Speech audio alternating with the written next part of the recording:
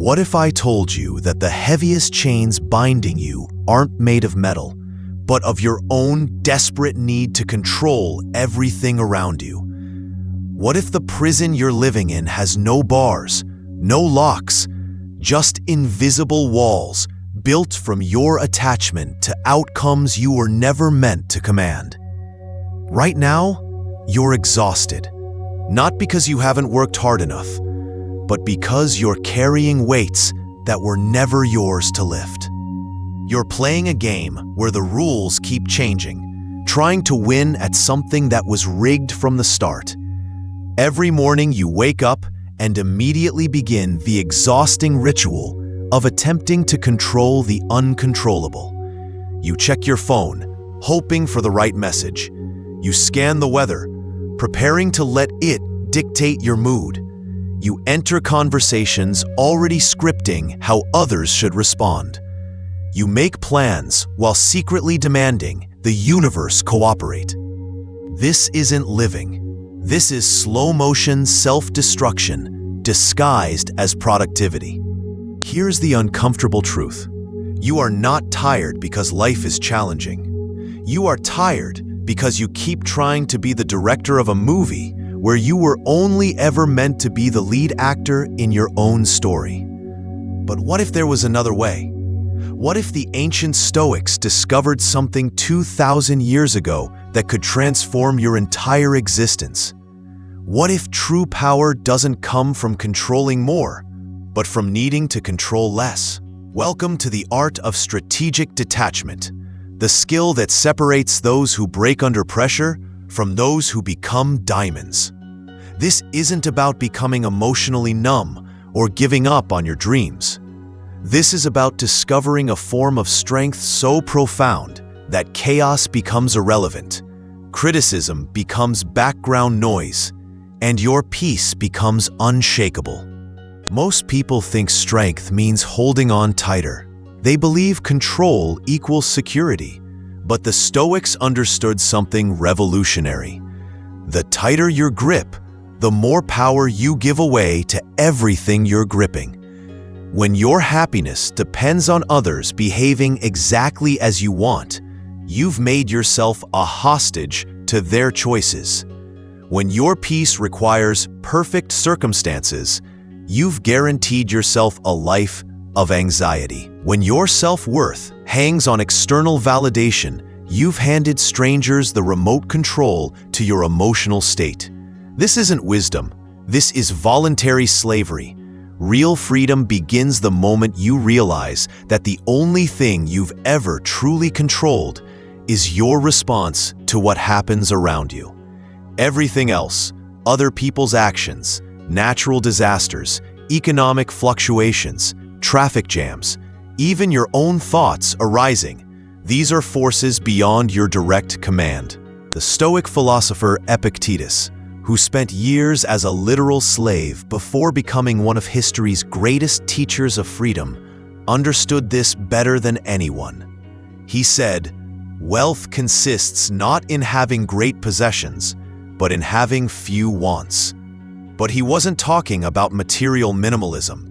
He was talking about emotional minimalism, the art of wanting less from a world that owes you nothing. This shift changes everything. Instead of waking up with a list of demands for the universe, you wake up with a simple question. How can I respond excellently to whatever today brings? Instead of trying to force outcomes, you focus on perfecting your inputs. Instead of controlling others, you master yourself. Imagine your mind as a medieval fortress. Right now, most people have left every gate wide open, every drawbridge down. Random thoughts march in uninvited. Other people's moods set up camp in their emotional courtyard. External circumstances commandeer their inner peace whenever they please. But a Stoic builds walls, not to shut out the world, but to filter what deserves access to their mental space. Every thought that enters gets examined. Does this serve my growth? Does this align with my values? Does this deserve my precious mental energy? This isn't about suppressing emotions or pretending problems don't exist. It's about becoming the curator of your own consciousness. You feel everything, but you're owned by nothing. You care deeply, but you don't collapse when things don't go your way. Marcus Aurelius, who had the ultimate reason to feel overwhelmed as Emperor of Rome during plague, war, and political turmoil, wrote, "You have power over your mind, not outside events. Realize this, and you will find strength." He wasn't speaking theoretically. He was describing the daily practice that kept him sane while managing an empire in crisis. This inner fortress isn't built overnight. It's constructed through small, daily decisions. Each time you choose not to react impulsively, you add a stone to the wall. Each time you pause before responding to criticism, you strengthen the foundation. Each time you find peace despite chaos around you, you prove to yourself that your serenity isn't dependent on external cooperation. In our hyper-connected world, everyone expects immediate reactions. Social media has trained us to respond instantly to every stimulus. But the Stoic understands that reaction is often submission. It's allowing external forces to dictate your internal state. When someone insults you and you immediately fire back, you've just proven they control your emotions. When bad news sends you into a spiral, you've demonstrated that your peace was conditional all along. When someone's silence makes you anxious, you've revealed that your confidence was borrowed, not owned. But watch what happens when you master the pause. When criticism comes and you simply observe it without immediately defending. When chaos erupts and you remain still while others panic. When someone tries to provoke you and you respond with calm curiosity instead of defensiveness. This isn't passivity, it's strategic power. You're not suppressing your emotions, you're choosing when and how to express them. You're not avoiding conflict, you're engaging on your terms, not theirs. The person who doesn't flinch holds all the psychological cards. While others are reacting predictably, you're responding strategically. While they're playing checkers with their emotions, you're playing chess with your consciousness. Look around your life, right now. How much emotional baggage are you carrying that serves no purpose? How many grudges are you maintaining that only drain your energy? How many expectations are you nurturing that only set you up for disappointment? Emotional minimalism is the art of traveling light through life. It's recognizing that just as physical clutter weighs down your environment, emotional clutter weighs down your spirit. The Stoic regularly audits their attachments, asking, "Is this still serving my highest good?" This doesn't mean becoming cold or uncaring. It means becoming intentional about where you invest your emotional energy. Instead of spreading it thin across hundreds of trivial concerns, you concentrate it on what truly matters: your character, your growth, your contribution to the world. When you practice emotional minimalism, you stop bleeding energy into dead-end situations. You quit trying to convince people who aren't ready to understand. You cease defending yourself to those who are committed to misunderstanding you. You withdraw your emotional investment from outcomes beyond your influence. The result? You have more energy for what actually matters. Your relationships deepen because you're fully present instead of distracted by insignificant dramas. Your work improves because your focus isn't scattered across a dozen worries. Your peace stabilizes because it's no longer dependent on external cooperation. Sometimes the most powerful move is not making a move at all. In a world that glorifies constant action and visible hustle, the Stoic understands the profound power of strategic withdrawal. This isn't about running away from challenges or avoiding responsibility. It's about recognizing when your energy is being wasted on battles that can't be won or situations that don't deserve your engagement. It's about preserving your resources for fights that actually matter. When someone is determined to misunderstand you, sometimes the wisest response is silence. When a situation has become toxic beyond repair, sometimes the strongest choice is to walk away.